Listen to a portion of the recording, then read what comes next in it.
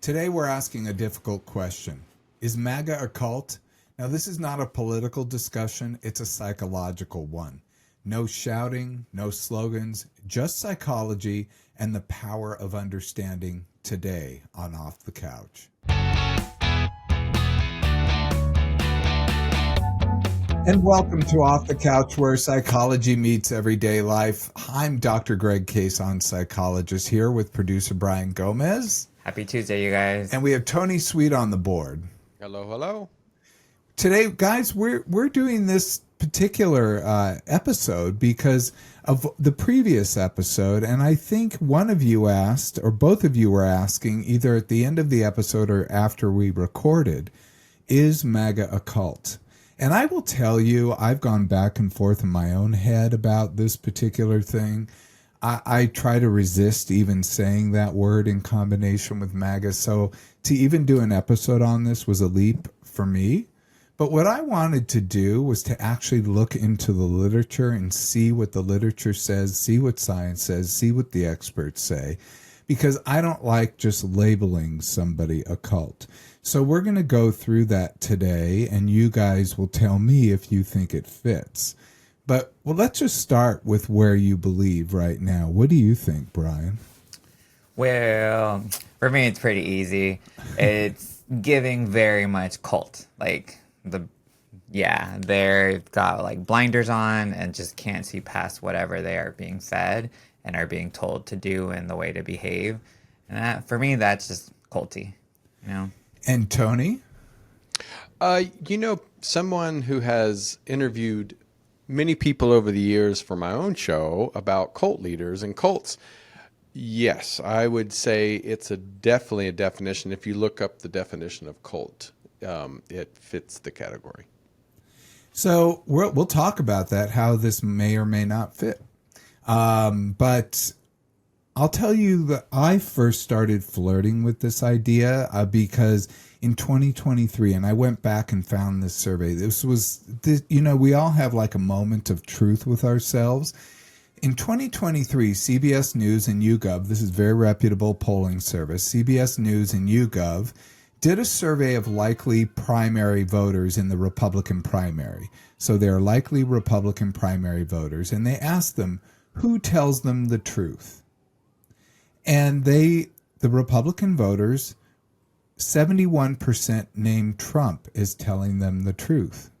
And I'm like, dudes, you've got to be kidding. Like, we can see objectively that this man doesn't tell the truth a huge amount of the time. So that was just interesting to me. The rest of the survey was much more interesting. So they said 71% named Trump as telling the truth. Family and friends only got 63%. Conservative media got 56%. And religious leaders got only 42%. So that's what really caused me to go, wait a minute. These Republican primary voters look at Trump as more truthful over their family, over their friends, over the media sources they get information from, and from their own religious leaders. This one had me stumped. So I became interested in this, but still was quite reluctant. So let's talk about what a cult is. A cult is a group centered on a person or an ideology, and it demands absolute loyalty. Yeah, I think I have a bigger definition, a more narrow definition of what makes a cult, because I hear all these things like religion is a cult, or certain religions are a cult. I grew up having to hear this in my own household, that our religion isn't a cult, but that religion's a cult, and blah blah blah. We also hear it about musical groups: Bruce Springsteen, Taylor Swift, Beyonce, the Beehive. That these are cults. Yeah, I'm like, I don't know. I don't think so. I mean, we all get excited about musical figures and love them, and maybe, can't wait till we line up to buy their albums. There is the Apple cult. Everyone's thinking just because we all lined up to buy iPhones that we're in a cult, as opposed to just really excited about this really superior technology advance. So, I mean, sometimes we throw this word around quite a bit. So I really had to look into it. There's a book written by a man named Stephen Hassan that kind of hits this whole nail on the head. He's a cult expert, and he wrote a book called The Cult of Trump, which is, I have it in, you can actually look in my information. I'll have a link to this book.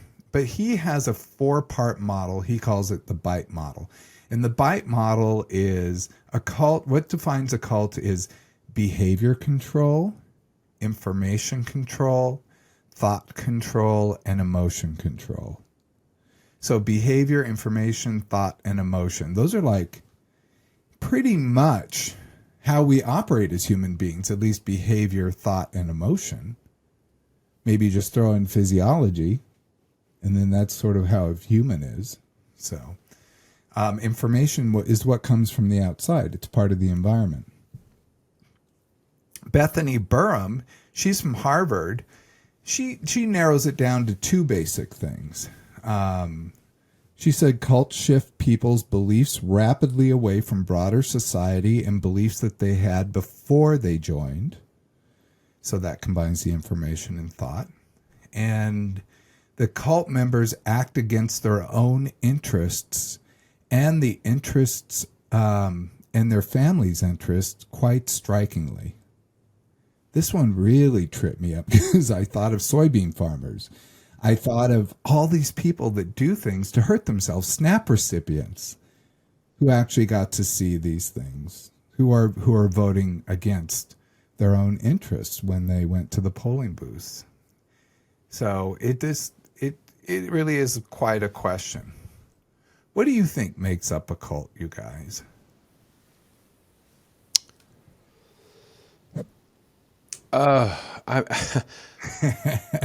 What made you say that yes, it was?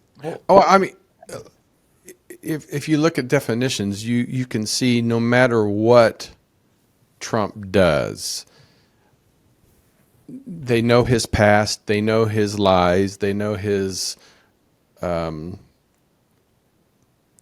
everything he's ever done with, from his university to allegations with Epstein, and it just doesn't seem to even faze anyone anymore. Where 20 years ago, 15 years ago, if anybody had anything, one little skeleton that was minute in their closet, they would be banned from politics completely. So I've heard people say, oh, I don't care if he's a dictator. Oh, I don't care if he killed somebody. I don't care if he's done this, done that. And they still follow him and pretty much make him think like he's Jesus. I mean, it just baffles me to the morals and values that everybody throws out there have gone out the window with him. So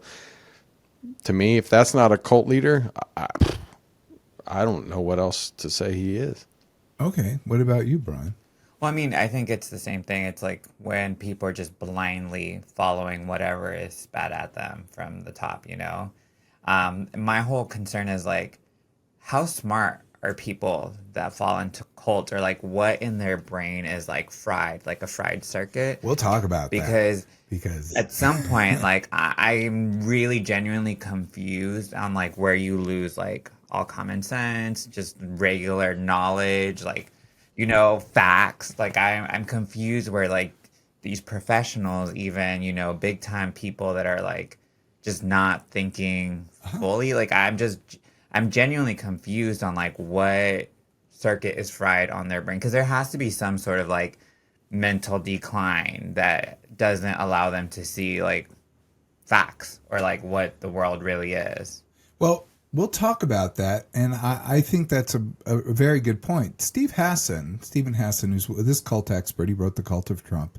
He's a psychologist. He is someone I really respect because he actually says some interesting things, and he talks about the psychological component of how this happens. And he talked about something that made absolute sense to me as a cognitive psychologist, that people's identity becomes sort of buried in their head, and they develop this alternate identity outside of itself that acts as pressure against their old identity. So they are told not to have individual thought, to follow along with the leader, to only believe this line of things. And it doesn't matter their intelligence. They've basically turned themselves over to this particular system, this particular belief.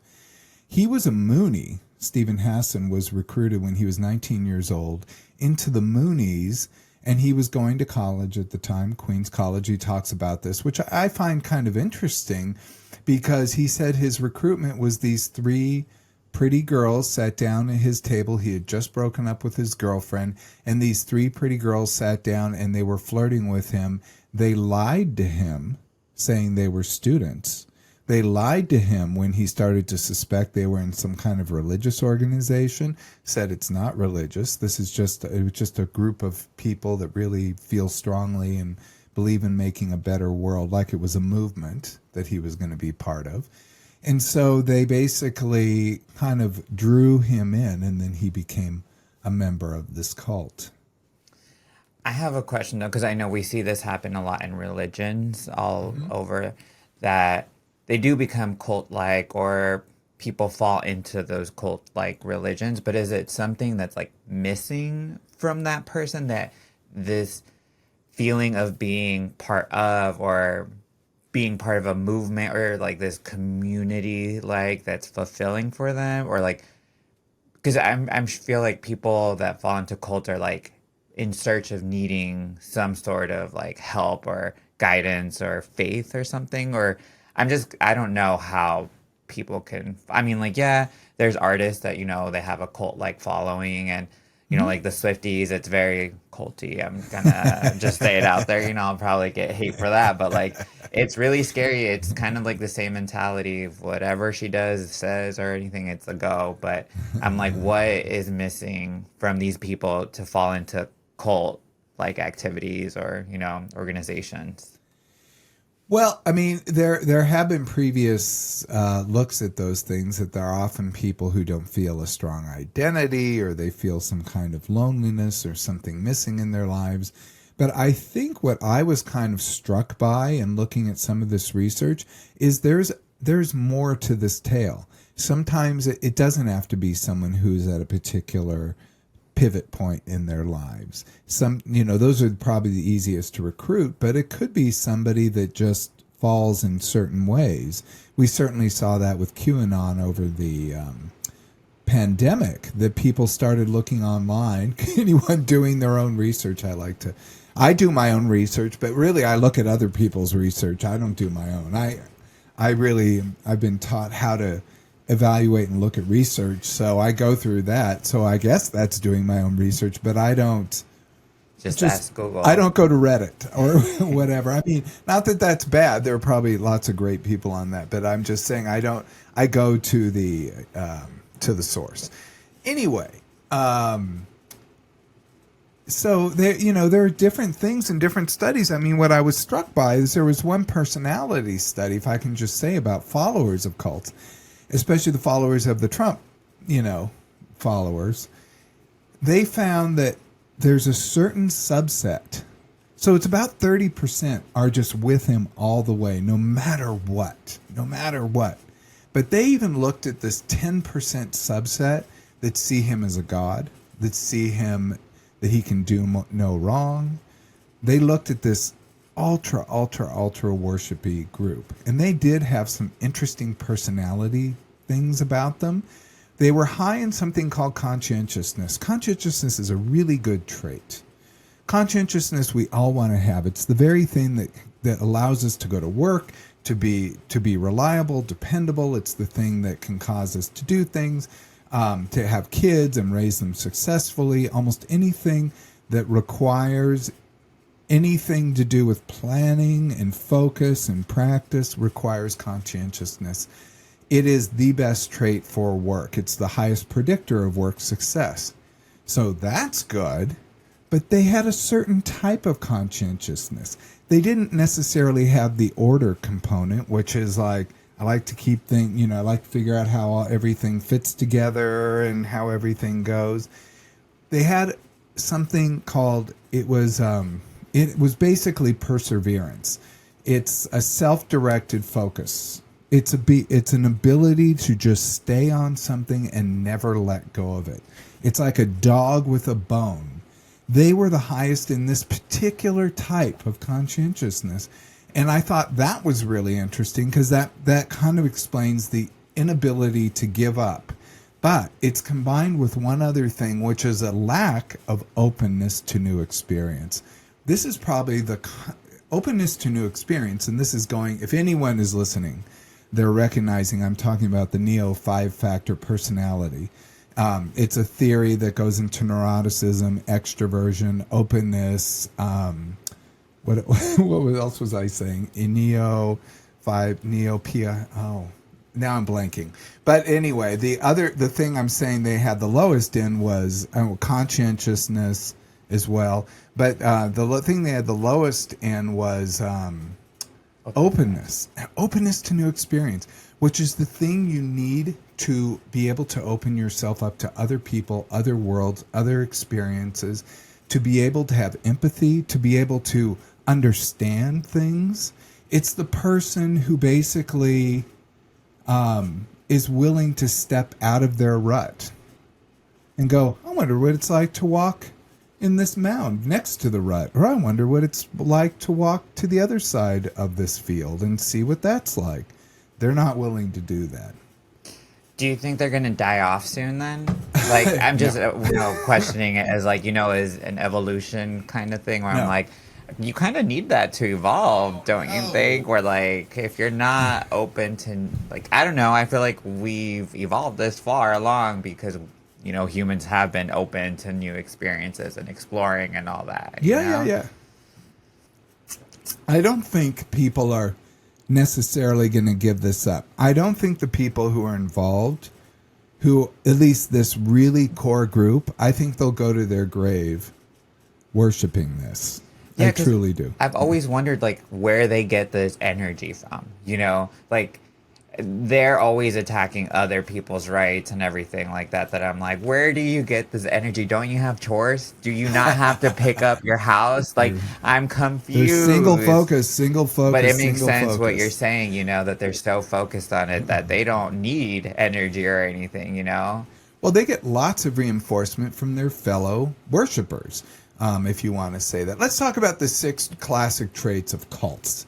The 6 classic traits, because this might make a little more sense. I talked about the bite model and that two questions you can ask. But anyway, number 1 is charismatic leadership. So we got to say, does the Trump cult have a charismatic leader?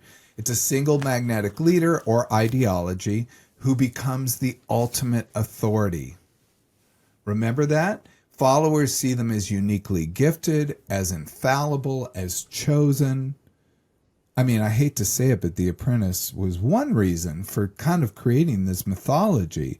I lived in New York during the 80s, and he was, honestly, it was well known. I didn't know him, but people talked about him because he was just sort of this buffoon who was inserted himself everywhere, and he didn't have a lot of respect in the city.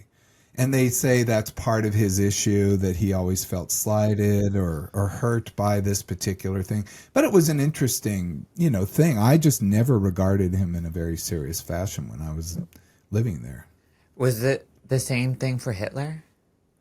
That's true. That's interesting. It clicked to me where I'm like, wait, wasn't that the same kind of story for Hitler? True. He couldn't get into art school, and then there were all these other things. Yes, I mean, poor guy. No, he wasn't such a poor guy. I'm sorry. But that it's combined with some other personality stuff because we all have disappointments. I was living in New York, and let me tell you, I may have thought Donald Trump was a clown, but no one even knew I was alive. Does that make sense? Like, I was a nothing in New York, and I was perfectly happy. I loved living there. I had friends. I loved doing things. I had no money whatsoever. I was just having a good time. So Yes, I mean, I think it's very much to do with your personality. Yeah, because I mean, we've talked about he's a bully, like straight up just a bully, you know. Yeah. And most bullies, I feel like, have been bullied as young adults, where I'm like, oh, we're seeing the pattern just play out, Well, I think the thing that kind of trips me up too, that it's like a lot of people from the religious right call him as King Cyrus figure, and not to belabor old Bible stories, but King Cyrus was basically this king who was kind of a bad dude, but he was operating for good religious reasons. So they're kind of calling him this particular. That Tony, isn't this King Cyrus? Am I describing it correctly? Yeah, Tony's yes. an expert in religion. I hope that. Yeah, so the psychology is that charisma activates emotional trust circuits by it bypasses rational evaluation. So if you feel good about somebody, we all know this. When you fall for somebody, you overlooked all kinds of flaws in the beginning. This is just puppy love. It happens. I mean, it's happened even with jobs before for me where I'm like, oh man, I need to like make a personal connection instead because I don't know if I'm qualified for this. And it's worked, Oh, it works honestly. all the time. Are you kidding? Okay, so number 2 is absolute ideology. The group offers an all-encompassing worldview, moral, political, or spiritual, that claims exclusive access to the truth. We know what's going on here.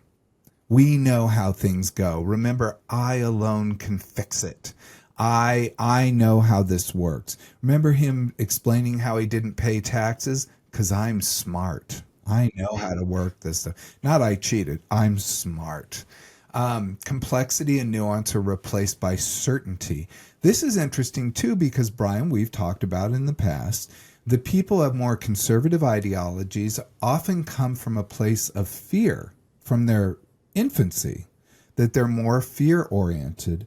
People who are more fear-oriented, more anxiety-oriented, gravitate towards certainty. So I thank goodness that I'm not one of these people. I've got a host of other problems, but for whatever reason, that one I wasn't blessed with. So I mean, I'm perfectly fine with uncertainty a lot of the time, but at the same time, and I like complexity. I feel like I take comfort in complexity. When things are too simple, I'm like, that doesn't seem real to me. So that's my thing. But the psychology around this is that by this absolute ideology, this certainty simplifies chaos into clear heroes and villains. These people are good, these people are bad. Or we're good, they're bad. Be with us, we're the good ones. It reduces anxiety through cognitive closure. Like, I know who the good people are. Remember the squealing about the deep state, the deep state, the deep state, the deep state. And also that you don't hear this anymore. I mean, I guess they get tired of some of their tropes, like the cabal of Democratic leaders drinking blood. Remember that one? Oh my God. Or remember pizza? Was it pizza? Comic Pizza Ping Pong, whatever it was called. They called it Pizzagate, but it was basically that there was a basement underneath a pizza place where Hillary Clinton was organizing sex trafficking. Like, she had all that time. I mean, this is what, it's like any kind of critical thinking would have said, she ain't got time to do that kind of thing, to sit on the phone dialing out, arranging dates for people. And why would she do that? But there's still people believe this. And they believe that they were selling children to drink blood and all this stuff. I mean, it was really insane, to a point that somebody came there to the comic ping pong pizza, whatever it was called, and came there with with weapons, Yeah. and was demanding to know where the basement is. Of course, there was no basement. This didn't exist. It was just one of these things. So this was the certainty and this sort of, we know the truth that somebody had made up to malign Hillary Clinton, but somebody took so seriously that they went there with weapons to, quote, free the children. And I feel like it's happened often. That's not just one of them. I feel No, like with no, the it's school happened. shootings and stuff. Well, I look feel at like that's January happened. 6th. Yeah. January 6th is probably a much easier example. Oh God. Okay, number 3, us versus them thinking. The world is divided into believers and enemies. Outsiders are seen as corrupt, evil, and brainwashed. This cracks me up because do you remember this? Remember, Democrats are evil and they're communists. Calling Zoran Mondani a communist over and over and over again. I'm like, well, if he were a communist, wouldn't he just say that? He's certainly comfortable saying he's a democratic socialist. He's certainly comfortable talking about so many things. But yet they keep calling him a communist, which is a very different thing. And they don't know that. They don't. I guess. But also, remember this that seems to be going away too. I don't hear this as much in the popular culture. Things come and go. The red pill versus blue pill. Remember that? Oh, yeah. I've been red pilled. That meant that you saw reality. So this goes back to The Matrix when Neo, the main character, Keanu Reeves, is given the choice to take a red pill and he would lose the reality he's in, or take a blue pill and stay in the comfort of the familiar. But if you're in the blue pill, you stay in the matrix. But if you take the red pill, you're ejected from the matrix. You no longer are part of the computer program. And they keep saying they're red pilled, but it is almost the opposite, isn't it? That the people who say they're red pilled often have this uniformity of beliefs that don't comport with reality. I just find that very interesting. No? Oh, yeah. But Sorry, I'm just thinking about like everything you're describing about the cult. I'm like, well, are we in a cult too on our side? Because it's like, them being evil, us being good. What a great 'Cause question. I view it as that. Like, I mean, and then it sucks because now I sound like I'm just saying like I know I'm right, but I'm like, no, they really are evil people. Like I'm not just It saying helps me to that. know that that's not the case because I'm a strong institutionalist. I believe I believe in the belief in the idea of the government. I believe in the Constitution. I believe in these things, and you can make fun of me about those things, Brian. I believe in the country. I believe in the vision, and we're doing this podcast today. We're recording it on Veterans Day. Happy Veterans Day, by the way. We won't say thank you for your service because you asked us not to last year. But I still said it just then. But yes, so it's here we are on Veterans Day, and it's a very important day. What happened yesterday? The Democrats caved on the shutdown, and I was so upset, and I'm like, oh, if I were part of, because in looking at this material, I wanted to ask myself that. Are my beliefs drawn around absolutes? Absolutely not. I don't see an us versus them. My favorite thinkers actually are, in fact, moderate Republicans, the real ones, not the ones that are in the Senate or the Congress, but people like different media figures who've gone on, the folks over at the Bulwark, and these are like when I watch my like information porn. I like to listen to people who are independent thinkers who are like, and they're assessing what's going on. And I don't always agree with their ideas, but that's what really makes me like it, is if I don't agree with all of your ideas, then good. That's great. I don't want to hear just somebody masturbating to what I like. And then, I mean, just to what happened yesterday, you know how on our last podcast we were talking about, like, how do you have faith in your government when they're doing dumb shit like this?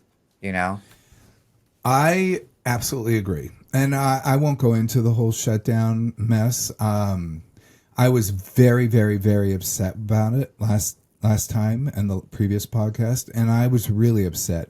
The interesting outcome was, though, that night, the election gave me a lot of hope because I'm like, I still believe in the American people. Politicians are fucking, but the American people I still believe in. And so I was right there, and I'm like, why? Now, maybe everything will work out in the end. I really doubt it. And I feel like his cruelty, the president's cruelty in the face of people starving as he's building a ballroom, this was unfathomable. But the Democrats down the fight for the middle class that was happening here, which was around health care, and the fight for the poor around Medicaid. So I was really, really upset with this. And yeah, it's not as immediate in some ways, but this is going to cause so many people to go without health care. And we're going to see premiums rise for everyone, because the fewer people you have on the plan, the more you have to charge for the ones who are still on the plan. That's just basic You economics. heard what they're going to do now. They What? announced today that What? the Republicans did say that they're willing to talk about the Affordable Care Act, but the Democrats have to be on board with even stricter abortion regulations. Otherwise, they're not going to talk about the premiums at all. Well, that's really weird because that's healthcare and it's individual choice. I wonder if there's a workaround, like you could say, "Oh, it isn't covered, but we can't stop someone from doing it." I mean, this is yeah, they're just trying to put that's the concept of a poison pill. They're trying to put a poison pill in so the person doesn't do it. So that's what they're trying to do, so they can say, "Oh, see, we did try to do it, but they put a poison pill in." This is a common tactic in political backs and forths. Okay. Well, we'll see what they do. We'll see what they do. They lost their negotiating position, so we can just expect that nothing's going to happen. That's my old political training, which, you know what? I'm not wrong a lot. Okay, we already did us versus them thinking. Number 4 is suppression of dissent. This is quieting the voices that say something. Disagreement is punishment, emotionally, socially, spiritually. Doubt is framed as betrayal. Critics are shamed or expelled. Former members are demonized. I look at John Bolton, the National Security Advisor. He's now criticizing, but he was a big Trump person. He was a member of the administration. He was the National Security Advisor. There are so many people that we can look at who came out of the administration who are saying what was going on there was not so good, and they were being absolutely challenged. There's some people who were part of the previous administration who did things like say, no, the election was done fairly, and now he's suing one guy. I wish I didn't put his name. I forgot his name. But there are all kinds of different examples you can point at where they're going after people who are criticizing them, especially people who've been close to them who are criticizing them. It's saying to the people inside, if you stick with us, we'll pardon you, but if you go against us, we'll go after you. Well, yeah, I mean, we saw Taylor Swift was very vocal about it in the first election, and now it's like the whole different ball game. You don't hear her say anything about it, and Yep. Even last week, remember, after the show, we saw that clip of, I think that it was the New York Times interviewing Jennifer Lawrence about her stance on it now, and how before the first election, she was saying very vocal and like very just straightforward about what she believed in. And now she's very quiet, keeps her opinion to herself. And I mean, it's true. It just sucks that like people have to shut their mouths. Well, if they want to they're work. operating from a personal economic model, and I understand it, but I don't like it. And for me, I always tried to keep my mouth shut a little bit. I mean, I certainly have my beliefs, and we talk about things. I'm not untrue to who I am.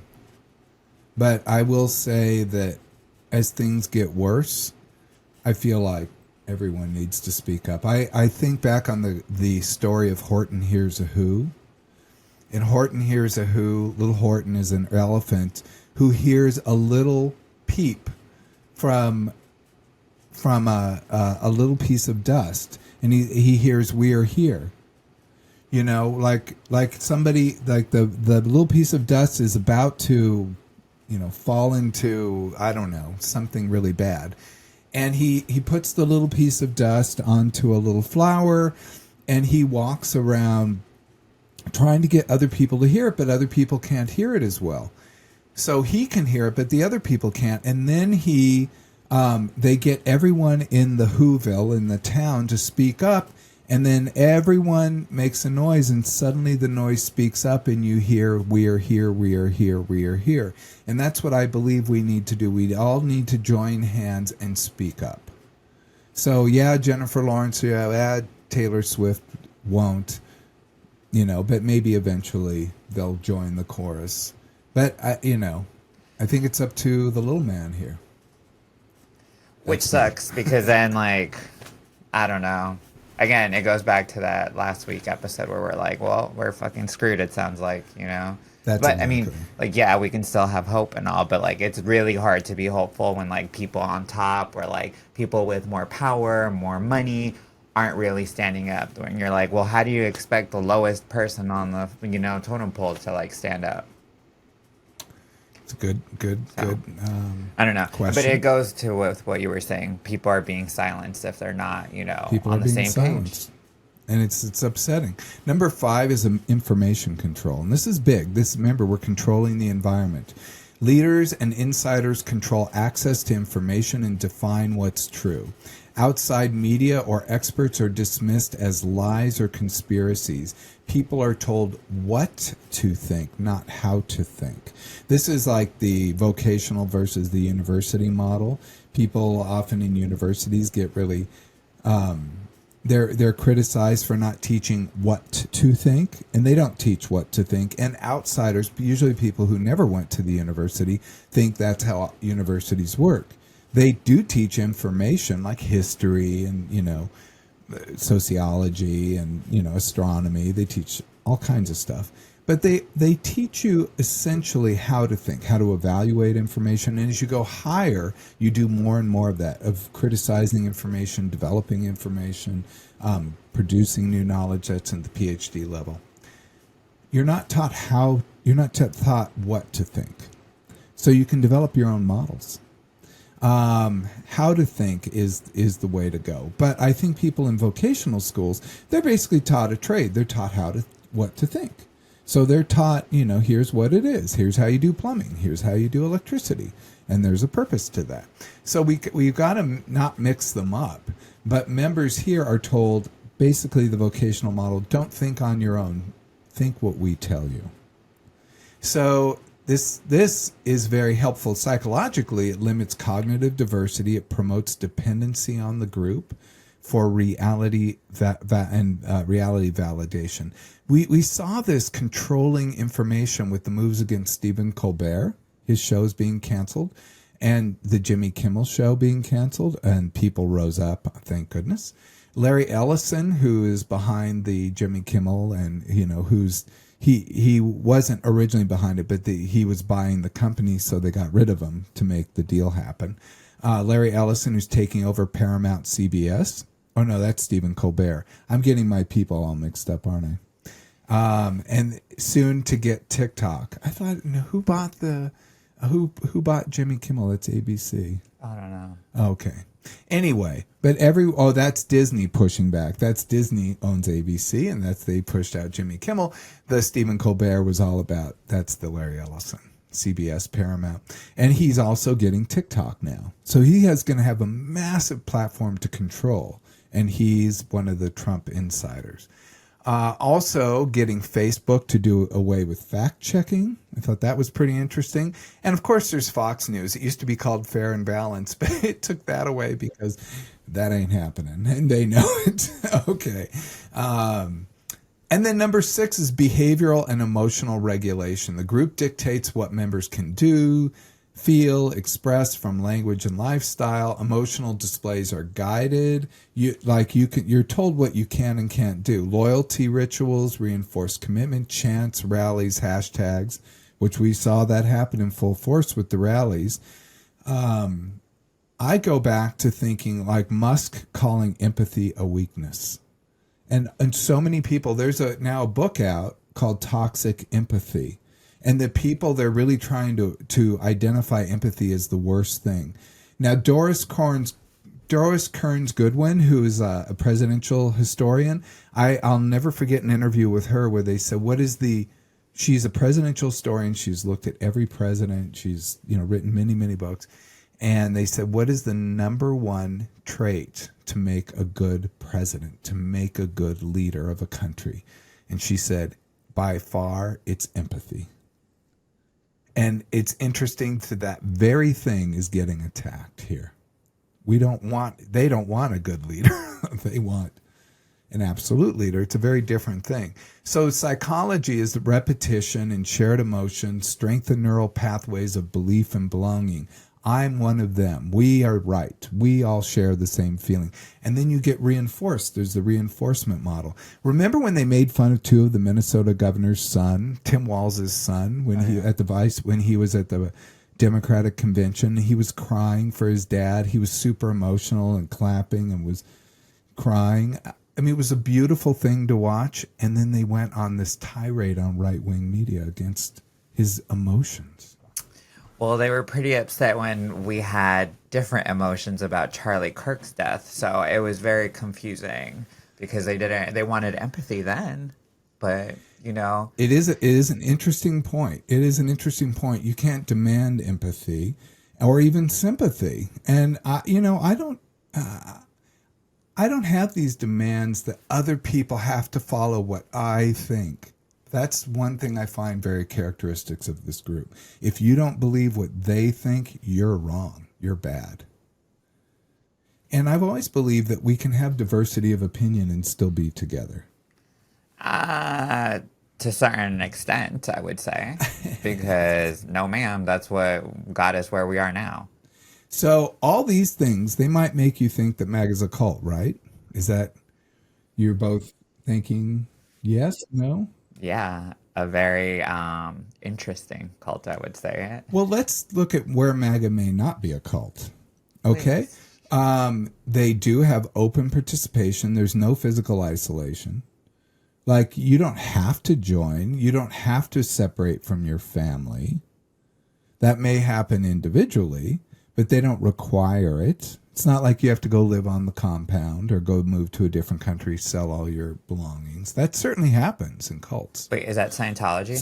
Scientology is an example. But I'm not really that expert in Scientology. I always interesting that I became friends with a woman, and she was a wonderful actress. You've seen her on TV, and she was beautiful. And we were doing the AIDS walk together. She goes, hey, you want to do the AIDS walk with me? And I go, great. So we went together.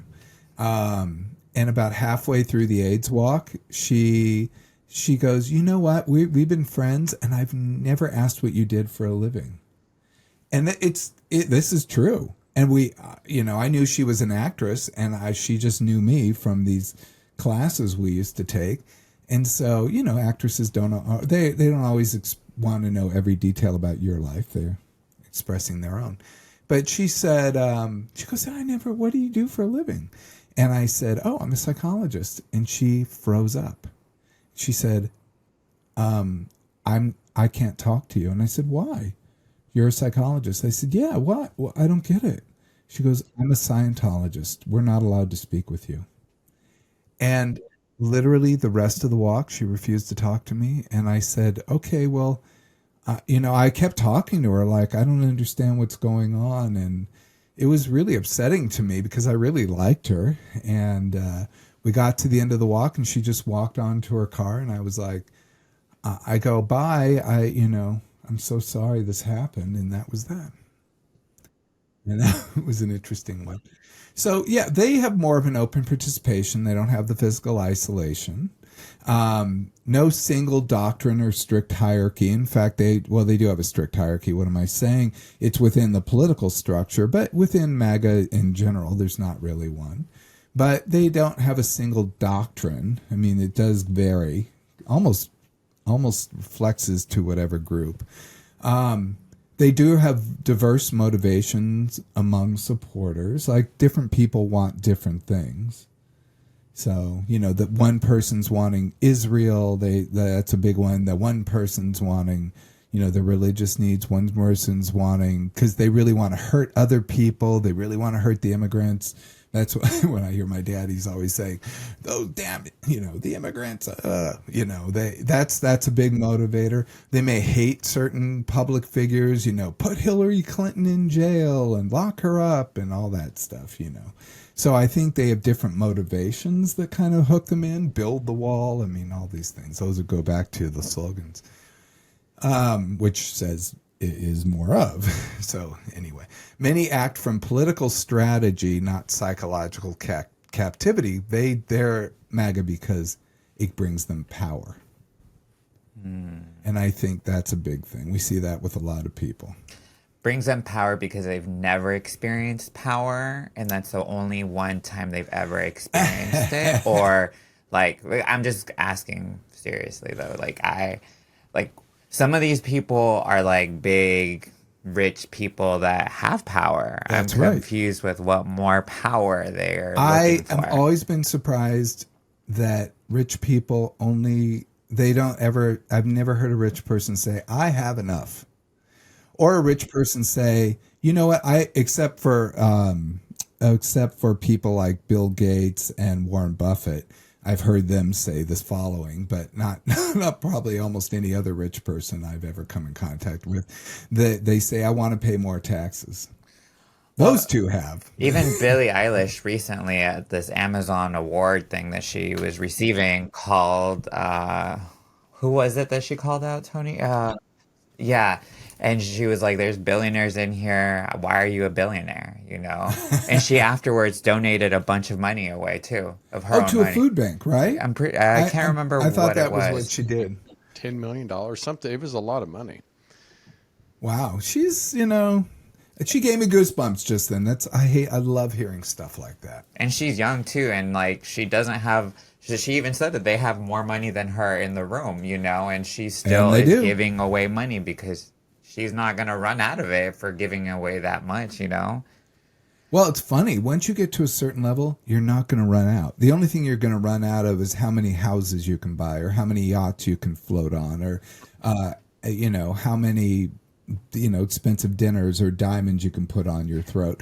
I mean, seriously, that's what you're not going to run out of, but you're going to be able to put a roof over your head, have a really wonderful, comfortable life, have a car, be able to, at a certain point, you can afford pretty much all the luxuries without having to go way over the top. It's the people do want to continue to go way over the top. And a lot of the people that I know that are very wealthy are continually afraid of losing it. Like, it becomes a very interesting thing where the people who are in the working class are basically always kind of living on the edge. I mean, losing it is a reality that faces them on a daily basis. Okay. I mean, it's real to them. So they have to learn to sit with that ambiguity, where the other ones, it's an abstract idea. I can't tell you, and I've talked to you about people that I've encountered who are extremely wealthy, who say things like, "I'm afraid of being homeless."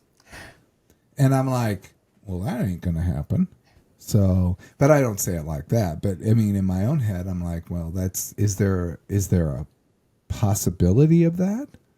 I do sometimes ask that, and they'll say, "No, but," and then they go into the fear. And the fear is what you have to treat. As a psychologist, you deal with the fear.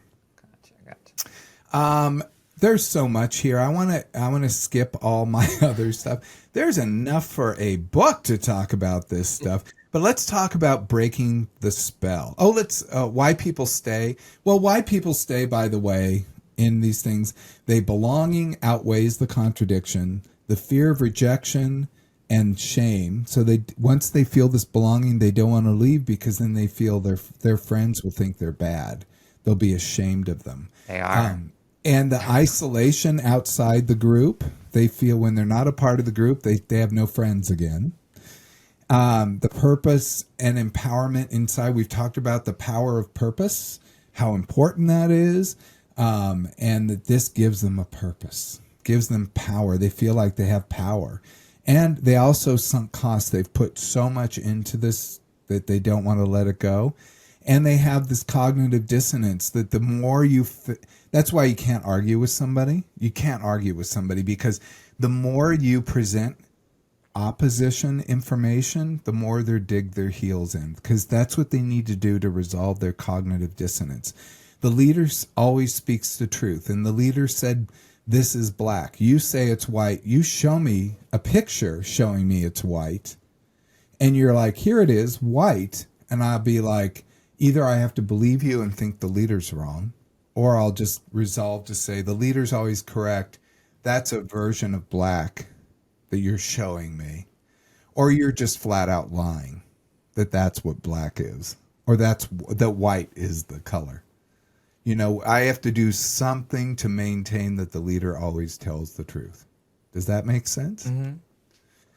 So that develops the echo chambers, why we turn to our news sources, etc. So how do you break the spell? If you're in MAGA, no, I'm quite certain no one in MAGA is listening to this, but if you are, this is how you do it. Reconnect with your non-political identity. That's your clubs, your information, friendships, people who aren't members of MAGA. That's really important. Just reach out to them. Seek multiple news sources. I've said this 1,000 times. The people I know that are most, and I have people that I'm close to who, people do ascribe to this, people, family members, they don't seek multiple news sources. And this is always an interesting thing to me. Question your own emotional reactions to things. Engage with empathy, even if you think it's toxic. Like, try to put yourself in someone else's shoes and ask things like, what if I'm wrong? Which was a great question you asked earlier. For helping others, never attack. 3 things. So if you have a friend or a family member of MAGA, never attack the leader, never attack Trump. We kind of did today, but oh well. We're not going to get anyone out of MAGA with this podcast. Never attack the leader, never attack the doctrine, and never attack the policy. This is from Stephen Hassan. I thought this was great advice, because when you attack them head on, people dig in deeper. Okay? If you're going to help others out, lead with compassion, not confrontation. Keep the communication open. Ask curious questions. Engage critical thinking. Encourage critical thinking. Ask that what if. Ask about yourself. Put yourself in that position. Celebrate independence. There are a whole bunch of approaches that can really work for this. Brian, I made a long kind of quiz, and I put it in the handouts. So they'll be in the handouts, youtube.com/Dr. Greg under this episode. You go in the show notes, it'll say handout. Click on the handout, and it has a quiz. Basically, am I a member of this cult? And it's basically a political ideology. It doesn't necessarily say for MAGA. It just says you can just think of whatever. You can think of your own, Democratic or whatever you're thinking for yourself. Or if you like Mamdani, communist, I guess. But, go through and ask yourself those questions. I was really upset I loved his speech on one level. I did. He said, I hope to never say his name again. I'm like, dude, I would hope you say to, look, I'm here for even you, Mario Cuomo. I'm the mayor for the entire city. And that was the only thing I kind of I agree. I just wanted him to say, I'm here for everyone. He said, everyone but. And that kind of goes with the people that voted for him. So I'm like, dude, you missed your opportunity to do the we're all in this together. But we're not. Well. So I think he was just being straightforward. And I kind of would rather have that than some political game phase to stand in front and act a certain way, because we've seen how that's been happening, and we've seen how that's been happening on our side too, and they're getting nowhere. Well, and maybe that's true. I do think everyone needs to give him a chance now. It's an extremely hard city to run. Historically, extremely hard. The biggest city. It's bigger than most countries. I mean, there's just so many people. So it's not a small task to take on New York City. And there's a lot of entrenchment. So I wish him the very best. I honestly do. And do you think we should try to get these MAGA people out of these cult-like scenarios? Because I don't know, man. Why are we having to also put that effort and You teach don't and have like to. You don't handhold have these to. You people? I don't don't care have if it's to. family or friends or what. Like, I'm still very just like I can't accept you having much brain cells if you're in that. And I feel like that's very cult like thinking of me, to think this way, but I genuinely am like, if you can't see what it is, I'm worried about your mental You can't state, see. Yeah, well, I mean, people are trying their best. So, takeaways here: cult dynamics appear in politics, religion, and fandom. We talked about with Taylor Swift, etc. The antidote is actually awareness, empathy, and dialogue. Ask questions, challenge their certainty, ask more questions. Don't don't assert what you think is true. Ask them questions because those questions will land and they'll keep in their head and it will start to challenge their own rigidity. That's how therapists do it. Freedom begins with thought over faith. And actually, it's how therapists do it. They don't try to brainwash someone. They try to, in fact, make them less rigid in their thinking, and people go toward what they want. That's the whole thing. So, this is a tough one. So, is it a cult? I'm still like, I'm probably more there, but I'm probably still not quite myself. But you guys, what do you think? I mean, I still think it is, but and I believe, like you said, there's a lot of people that'll never change their mindset. I mean, until I Trump came along, it was still Ronald Reagan party, and Yeah, then that's now right. it's Trump party. So I think, unfortunately, even after Trump's gone, for generations, that It's gonna linger. mentality, yeah, that mentality is going to be around. Well, the damage is done. Yeah. Yes, you're right. You're right. I do believe that. But I wish we could talk more about this, but now we have to I go. know. So sorry. So subscribe and comment. By the way, go and let us know. Do you think it's a cult? Why do you think it's a cult? Thanks for joining us. And if you don't, please say why. Like, we want all opinions. Thanks for joining us on Off the Couch. If you saw yourself in today's patterns, take a breath. You're not broken. You're just human. And remember, insight is the first step, but action is what moves the needle. So does social support. So share this episode with a friend too. That'll be great. Don't forget to rate, review, and follow Off the Couch. We never say that at the beginning. I only say it at the end. Let's start. We'll start doing that. But we got some great reviews on Apple, Spotify. I mean, so that's all very much appreciated. Thank you guys. Links to the studies, go to youtube.com/Dr. Greg, the handout. Oh, I have a link to the book, and I have a link to a movie I want everyone to watch called Kumare. It's really probably the very best treatment of a person who he basically is a fake cult leader and talks about the development of that process and how he gets people to follow him and how he starts to believe his own stuff. I'm gonna watch that because I've been thinking about starting my own. So. Oh, well, you definitely have to watch. Hit us up on socials, and until next time, be present, be flexible, and be kind.